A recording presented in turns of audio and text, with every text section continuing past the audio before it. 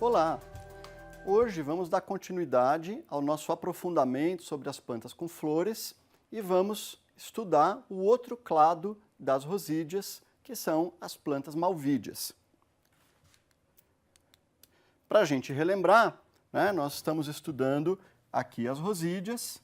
Na aula anterior destacamos as fabídeas e nessa aula nós vamos nos aprofundar nesse grupo informal que são as malvídeas. Então, para a gente relembrar, as eudicotiledôneas têm como característica muito importante o pólen triaperturado. Isso reúne bem as eudicotiledôneas. Nós já vimos estes grupos aqui e hoje nós vamos nos aprofundar nesse clado que está aqui, né? Então, informalmente chamado de malvídeas. Então, detalhando um pouco melhor, né? Nós temos aquele cladograma que já vimos. Agora, as malvídeas e suas ordens. Então, Geraniales, Myrtales, vou destacar aqui Sapindales e Malvalis, né? Existem outras ordens, mas eu não vou destacar aqui. Primeiro destaque que eu quero fazer é para a ordem das Myrtales. Myrtales é uma ordem muito importante. Caracteristicamente, a gente tem a presença de folhas opostas. Vocês sabem que folhas opostas não é muito comum nas angiospermas, são poucos grupos que têm. E elas têm também o que se chama floema interno, né? Floema interno é um floema que está para dentro do xilema, no cilindro vascular, né? Eu não coloquei uma figura, mas basicamente, né, a gente pensa num eustelo, né? Aquele estelo comum em angiospermas, em traqueófitas também. O que é comum é a gente ter floema para fora. E eu vou destacar aqui, é comum a gente ter xilema para dentro. Essa é uma situação muito comum. Podemos destacar também a presença de uma medula, é muito comum nos caules. O que acontece nas Myrtales?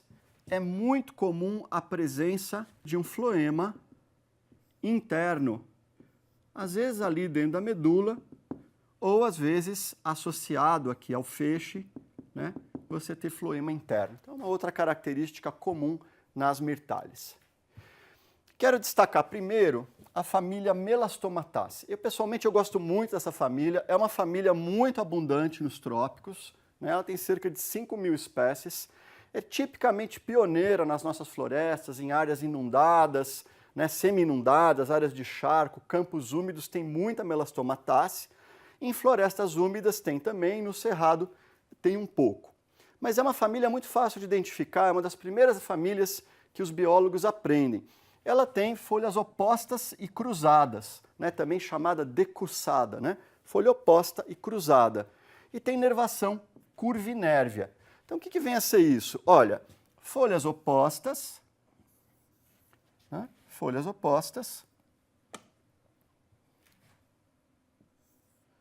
Vamos ver.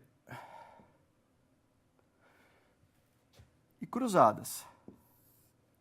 Então, um verticilo 90 graus com o outro. E a nervação, tipicamente, é curvinérvia. Tem uma nervura central, né? Também chamada acródroma, né? Então, tem poucas nervuras e elas vão até o ápice. Então, quando você vê folha oposta cruzada com nervação curvinérvia, quase 100% de certeza que é uma Melastomataceae. Às vezes tem outras plantinhas que podem nos confundir, como algumas Gentianáceas. Se tiver florido e você vir a Anthera falciforme, quer dizer, em formato de foice, né? Se você vir uma Anthera em formato de foice, aí não tem dúvida, é uma Melastomataceae. Então, aqui a gente pode perceber as anteras falciformes, ainda para continuar, as anteras têm deiscência poricida, elas abrem por poro, né? Então aqui temos exemplos de várias melastomatáceas, é uma família linda, né? Essas flores de Cambessidésia são bem pequenininhas, tem alguns milímetros, já as flores de Tibuquina têm vários centímetros, né? Por exemplo, Manacá da Serra, que muda de cor, é uma Tibuquina mutabilis, né? As Lavoisieras, que tem nos campos rupestres, são lindas. As únicas que são mais discretas são as Leandras e Micônias, né? Que são flores que não são tão vistosas. Bom, quero destacar também para o Brasil a presença das Voquisiáceas. Voquisiáceas não é uma família muito grande, mas é uma família muito comum nas nossas matas e no nosso cerrado. A gente encontra em todo tipo de floresta do Brasil, desde as florestas do sul até a Amazônia, com maior abundância na Mata Atlântica, no cerrado, em termos de espécies, e abundância em termos de volume, até de produção de madeira lá na Amazônia. Então, a família Voquisiaceae é tipicamente reconhecida também por ter folha oposta, mas ela tem flor assimétrica e ela tem uma redução dos estames. Então ela tem uma flor com uma cara meio esquisita, né? Então você vê isso aqui, ó, essa aqui é uma unidade, né? Ela tem redução das pétalas. Aqui a gente vê, ela tem uma espora, que é um nectário, uma pétala modificada, com um nectário ó, em formato de funil, que as mariposas, os polinizadores vão enfiar a probóscide aqui para poder polinizar, né? E geralmente tem essa pétala alargada e redução nos estames. Então aqui tem exemplos, as Voquísias, Qualia, né? São exemplos de Voquisiaceae. Agora, eu quero falar para vocês das Myrtaceae. Myrtaceae é uma família muito grande, né? 6.000 espécies. É uma família que existe no Novo Mundo e no Velho Mundo, e isso é um pouco diferente entre elas. Tipicamente, ela tem ovário ínfero, ela costuma formar frutos gostosos, sempre tem muitos estames, é uma planta pentâmera, ela tem só 5 pétalas, mas tem muitos estames, como a gente vê aqui. Ela tem folhas opostas aqui na América do Sul, mas no Velho Mundo, né, nós temos mirtáceas com folhas alternas, mas no Novo Mundo elas têm folhas opostas. Então você viu folha oposta cruzada com glândulas de óleo, né, aquela folha cheirosa que a gente olha por transparência e a gente enxerga pontuações translúcidas, que são as glândulas de óleo, você identificou uma mirtácea. Se tiver florido e você vir muitos estames, aí não há dúvida alguma, né? Então aqui nós temos exemplos de mirtáceas. Mirtáceas geralmente têm um ovário bem ínfero, às vezes ele é semi-ínfero, como esse Metrosideros aqui, mas vocês podem ver perfeitamente a presença de um hipanto, né? Com sépalas, pétalas, estames todos fundidos. Esse hipanto vai concrescer junto com o ovário e vai dar origem a frutos, né, derivados de um ovário ínfero. Também são mirtáceas o cravo, né, da Índia, muito aromático, o eucalipto, né, o jambo e tudo isso que está aqui de gostoso, né? Então é uma família que tem frutos muito palatáveis, muito gostosos, cultivados no mundo todo e tem grande diversidade no Brasil. Infelizmente, hoje em dia, nas nossas cidades, a gente está perdendo um pouco dessa diversidade, né? E a gente não consegue encontrar muitos desses frutos mais. Mas eles são muito comuns nas nossas matas e eram muito comuns nos pomares. Frutos como cabeludinha, cambuci, gabiroba, goiaba, jabuticaba, jambo, pitanga, uvaia, são todos frutos comuns em pomares, muito gostosos. Alguns a maioria das pessoas não conhece, né? Como a uvaia, né? A cerejeira do Rio Grande do Sul, que é a Eugênia involucrata, a gabiroba dos cerrados já foi muito comum, não é mais. O cambuci dá até o nome para um bairro de São Paulo, mas eu duvido que a gente encontre um cambuci, um pé de cambuci ainda lá. Agora, nós vamos sair aqui das mirtales e nós vamos para um outro grupo das malvídeas e nós vamos destacar as sapindales e malvales. Nas sapindales, vamos destacar as anacardiaceae, as meliaceae e as sapindaceae. Bom, as anacardiaceae vem do nome anacardium, né? Anacardium é o caju, né? Então tem várias espécies de caju que são comestíveis. É uma família tipicamente de flores pequenas, né? Você vê aqui o dedo do sujeito, as flores são flores pequenas. As folhas podem ser simples, mas também podem ser compostas. E elas tipicamente são aromáticas também, né? Elas têm glândulas, elas têm pontuações translúcidas e elas são muito aromáticas. Inclusive, a resina que elas produzem pode causar alergia em muitas pessoas, né? Então, é uma família tipicamente resinosa. A gente olhando esse fruto de caju também, a gente percebe, né, aqui na verdade que é o fruto, né? Sabem que o caju aqui é o fruto, a parte gostosa que a gente come é o pedicelo da flor, que se dilata, a gente já viu isso no curso de morfologia, é o que eles chamam de pseudofruto, por exemplo. Mas essa parte do fruto, todas essas pontuações claras, são glândulas de resina. É uma resina bem cáustica. Se você tentar comer esse fruto verde, ele vai queimar a sua boca, ele realmente é cáustico. Tanto é que a gente só consegue comer o fruto do caju depois que ele está seco e torrado, né? Que é a castanha do caju, a gente come os cotilédones, né? Agora, a polpa, né, do pedicelo é muito gostosa, a gente pode comer e fazer suco. Mas muita gente, de fato, rejeita as substâncias produzidas pelas anacardiáceas, né? A aroeirinha causa muitos problemas, Brasil afora, o pólen de algumas anacardiáceas também, em algumas cidades do país. Quero falar agora das Meliaceae. Meliaceae é a família do mogno, é a família do cedro. É uma família, tipicamente tem muitos estames, os estames são fundidos, em geral eles formam um cilindro, né, de estames, uma fusão de estames, uma fusão dos estames, não do tipo sinanteria, não são as anteras fundidas, são os filetes fundidos, né? Aqui nós temos uma outra característica comum nesse grupo, que é a presença de cápsulas, né? Então, em geral, os frutos são cápsulas que são frutos secos, que se abrem. Essa família tipicamente tem folhas alternas e compostas. E além das madeiras nobres, como o mogno, o cedro, né? Também outras, né? Caia, mognos da África, da Guiana, da Ásia. No Brasil tem um destaque especial para o guaraná, né? Que é tão consumido na Amazônia e que também entra como componente da indústria de bebidas. Agora, eu quero falar das malvales. As malvales, elas são a ordem que dá o nome ao grupo, né, das malvídeas, a esse clado aqui. As malvales têm muitas famílias que a gente não vai destacar, mas eu chamei a atenção de uma ou duas que têm plantas conhecidas e depois a gente vai analisar com um pouco mais de detalhe as malvales core, né, o cerne das malvales, aí as malvales propriamente ditas. Tá?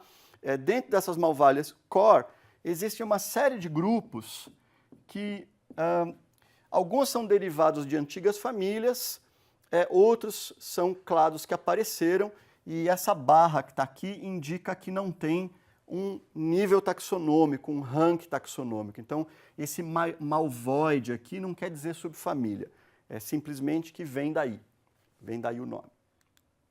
Bom, quero chamar a atenção em primeiro lugar de Bixaceae, né? Bixaceae não é um grupo grande, mas é um grupo que todo mundo conhece. A gente tem aqui o urucum, que é a Bixaurelana, né?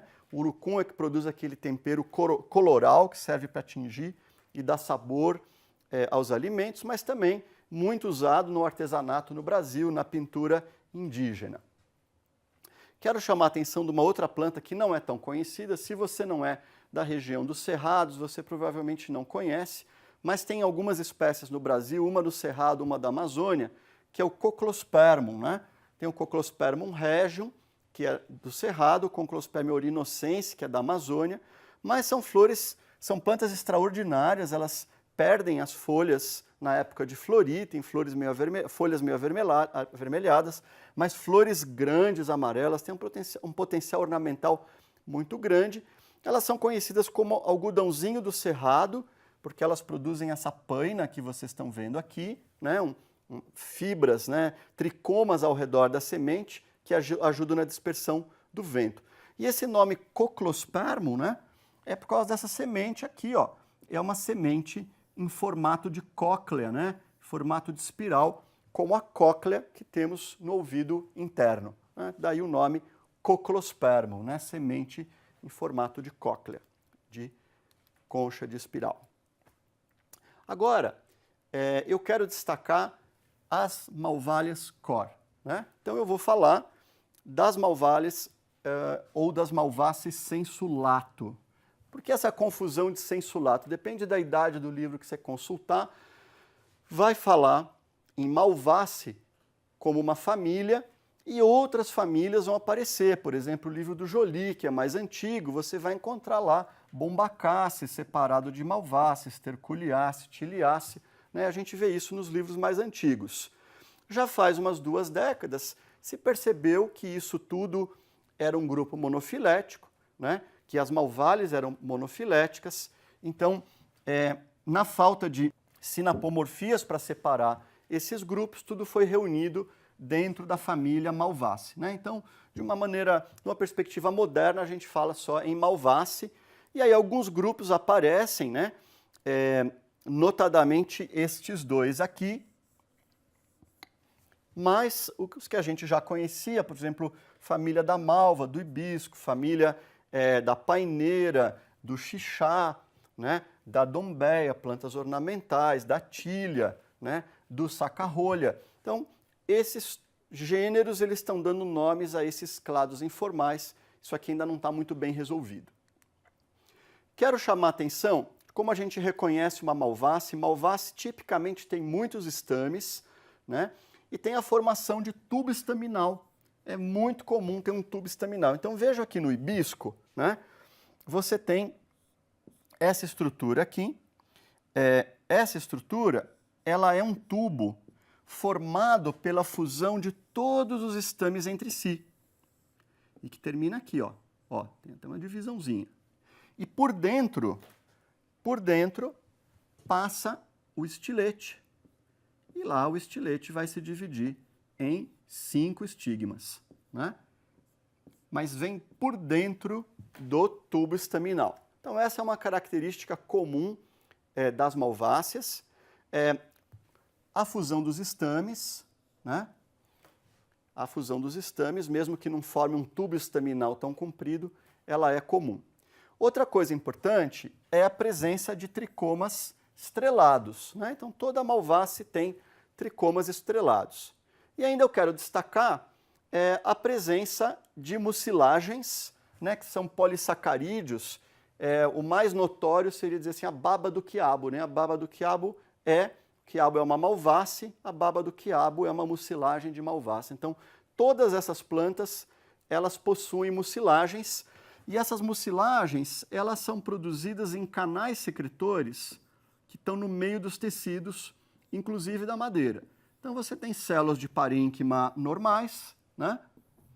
E você tem secreção de substância para dentro desses canais. Então, essa mucilagem ela é característica das malváceas.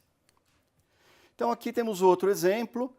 Aqui eu não destaquei, mas temos o exemplo de hibisco, que é muito ornamental, cultivado no mundo todo. Aqui é uma outra espécie de hibisco, hibiscos esquisopétalos, é um hibisco virado para baixo. Os hibiscos tipicamente são polinizados por ave. Esse aqui também é polinizado por ave, mas tipicamente por beija-flor, né? O animal tem que conseguir se aproximar voando, né? Ele tem que estar suspenso aqui para ele conseguir pegar o néctar nesses nectários que estão aqui, né? Então não é qualquer ave que consegue polinizar. É muito comum nas malváceas ter esses tubos. Esses tubos também limitam o polinizador, então só um polinizador com bico longo ou tromba longa, então geralmente um beija-flor que vai conseguir polinizar, ou claro, tem aquelas abelhinhas que roubam o néctar, que furam a flor, mas é muito comum ter esses tubos, né? Ou essas posições invertidas que limitam o polinizador. Então, muitas malváceas são polinizadas por inseto ou polinizadas por aves, elas são plantas com flores tipicamente vistosas e algumas são noturnas, polinizadas por morcego. Eu quero chamar a atenção de Elicteris, é uma planta comum nos nossos cerrados e matas secas, tem esse fruto espiralado. Não podia deixar de ser, o nome popular é saca-rolha. Inclusive tem uma espécie que é o Elicteris saca-rolha. Outras malváceas interessantes são as malváceas que eram chamadas de bombacáceas, né? Então, por exemplo, a paineira, né, que é ceiba especiosa, ou mesmo a sumaúma da Amazônia, a samaúma é uma das maiores, mais gigantes árvores amazônicas, o baobá também, uma árvore gigante da África, bombaxeiba, muito bonita, introduzida no Brasil, flores quase do tamanho dessa que está aqui na tela, flores muito grandes, e hibiscos, né, de muitos tipos, muitas espécies e muitos híbridos também, tipicamente polinizados por ave, né, principalmente beija-flores. Quero chamar a atenção ainda dos pseudobombax. Então, como eu falei, é uma coisa comum em malvalhas ter muito estame e ter estames fundidos. Então, nem sempre as malváceas vão ter pétalas vistosas. Muitas vezes, a atração da flor é pelo androceu. Então, a gente tem esses exemplos aqui, pseudobombax e paquira, em que o androceu é vistoso, né? Paquira tem abertura diurna, mas pseudobombax tem abertura noturna, exala um odor que para nós é desagradável, meio acre, meio azedo, tem muitos estames e é assim tipicamente polinizado por morcego. Esses muitos estames, olha, vocês veem, o morcego se aproxima, ele vai tentar beber o néctar que está aqui no fundo desses nectários e ele meio que se esborracha ali, ele enfia o focinho, com isso ele se suja todo, ele esbarra no estigma, ó, que está aqui, ele deve estar trazendo pólen de outras plantas, né, e poliniza a flor. Essas flores, em geral, só abrem uma noite, são polinizadas no dia seguinte, já caem. Quero chamar a atenção ainda de outras plantas que eram de outras famílias, por exemplo, estercúlia, e hoje estão em malvácea. Esterculiaceae também virou malvácea, temos o xixá, é uma árvore muito grande, árvores muito bonitas com raízes tabulares. E também quero destacar plantas de importância econômica como o cacau e o cupuaçu, né? Curioso é que tanto o cacau quanto o cupuaçu são do gênero Theobroma, né? O cacau vem do México, Theobroma grandiflorum, que é o cupuaçu, vem da Amazônia. E hoje nós temos até um produto híbrido, né? Que é típico lá da região norte, que eles chamam de cupolate, né? Que é um bombom que tem polpa de cupuaçu dentro e por fora chocolate, ou seja, é Theobroma por fora e por dentro, né? Mas todas elas muito gostosas, né? Tanto a polpa quanto a semente. Então, finalizando, nós acabamos de ver, dentro das eudicotiledôneas, a diversidade das rosídeas. Na aula passada vimos as fabídeas e hoje exploramos as malvídeas. O nosso curso caminha para o final. Na aula que vem, nós vamos ver a diversidade das asterídeas, que é também muito importante, e vamos concluir o nosso curso. Tá? Não deixem de visitar o site do APG para sempre estar se atualizando. Até a próxima.